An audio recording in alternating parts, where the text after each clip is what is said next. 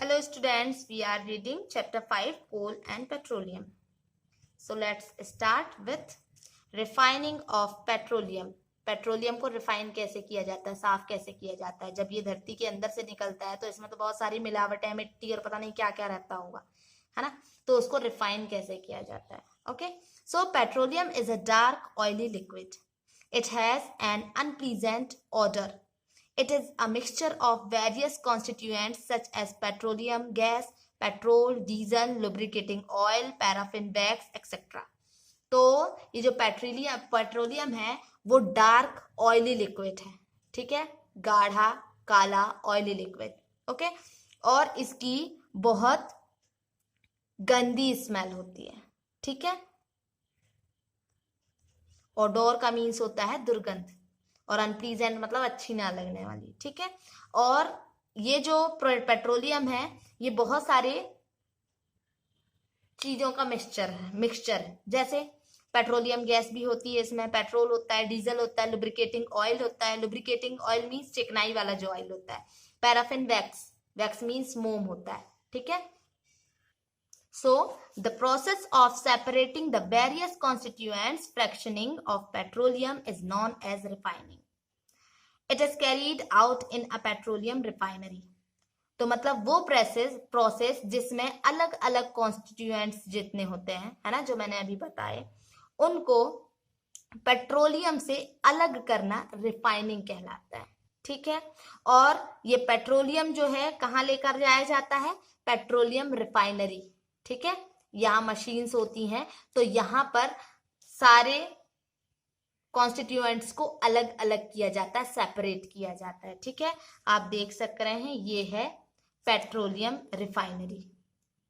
तो जो पेट्रोलियम निकलता है ऑयल वेल से, है ना, वहां से यहाँ लाकर इससे पेट्रोलियम गैस अलग निकाल दिया जाता है, अलग सेपरेट कर दिया जाता है. डीजल अलग, पेट्रोल अलग, वैक्स अलग, ये सारी चीजें एक ही पेट्रोलियम से, ये सारी चीजें अलग अलग की जाती हैं, ठीक है.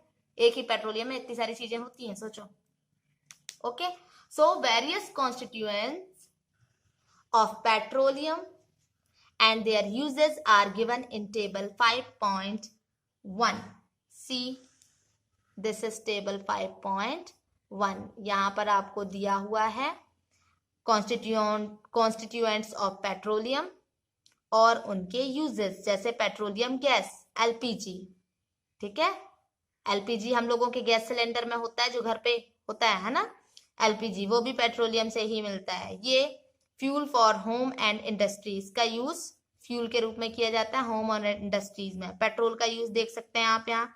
कैरोसिन भी इसी से बनता है. Diesel, lubricating oil, paraffin wax and bitumen होता है डामल, मैंने बताया था, उसका यूज भी यहाँ पर दिया हुआ है, ठीक है. तो इसे अच्छे से पढ़ लें. Okay, so many useful substances are obtained from petroleum and natural gas. These are termed as petrochemicals. These are used in the manufacturing of detergents, fibers, polyester, nylon, acrylic, etc.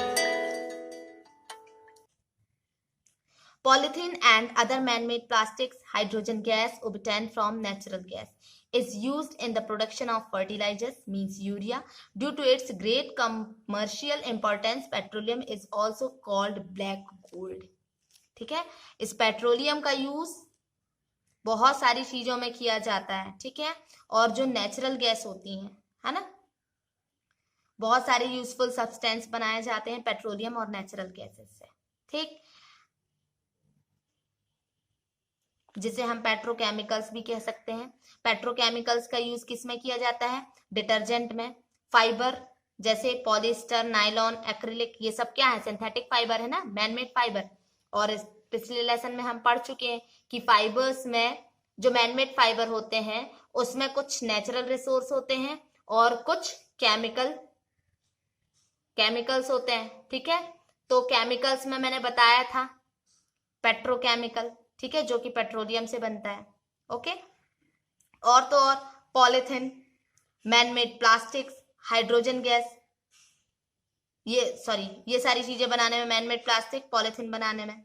और हाइड्रोजन गैस जो है हमें natural gas से मिलती है, ठीक है, जिसका यूज क्या बनाने में किया जाता है?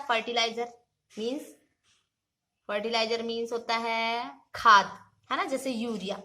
ठीक है, और इसके ग्रेट कमर्शियल इंपॉर्टेंस की वजह से पेट्रोलियम को ब्लैक गोल्ड भी कहा जाता है। ठीक है, so rest we will read tomorrow.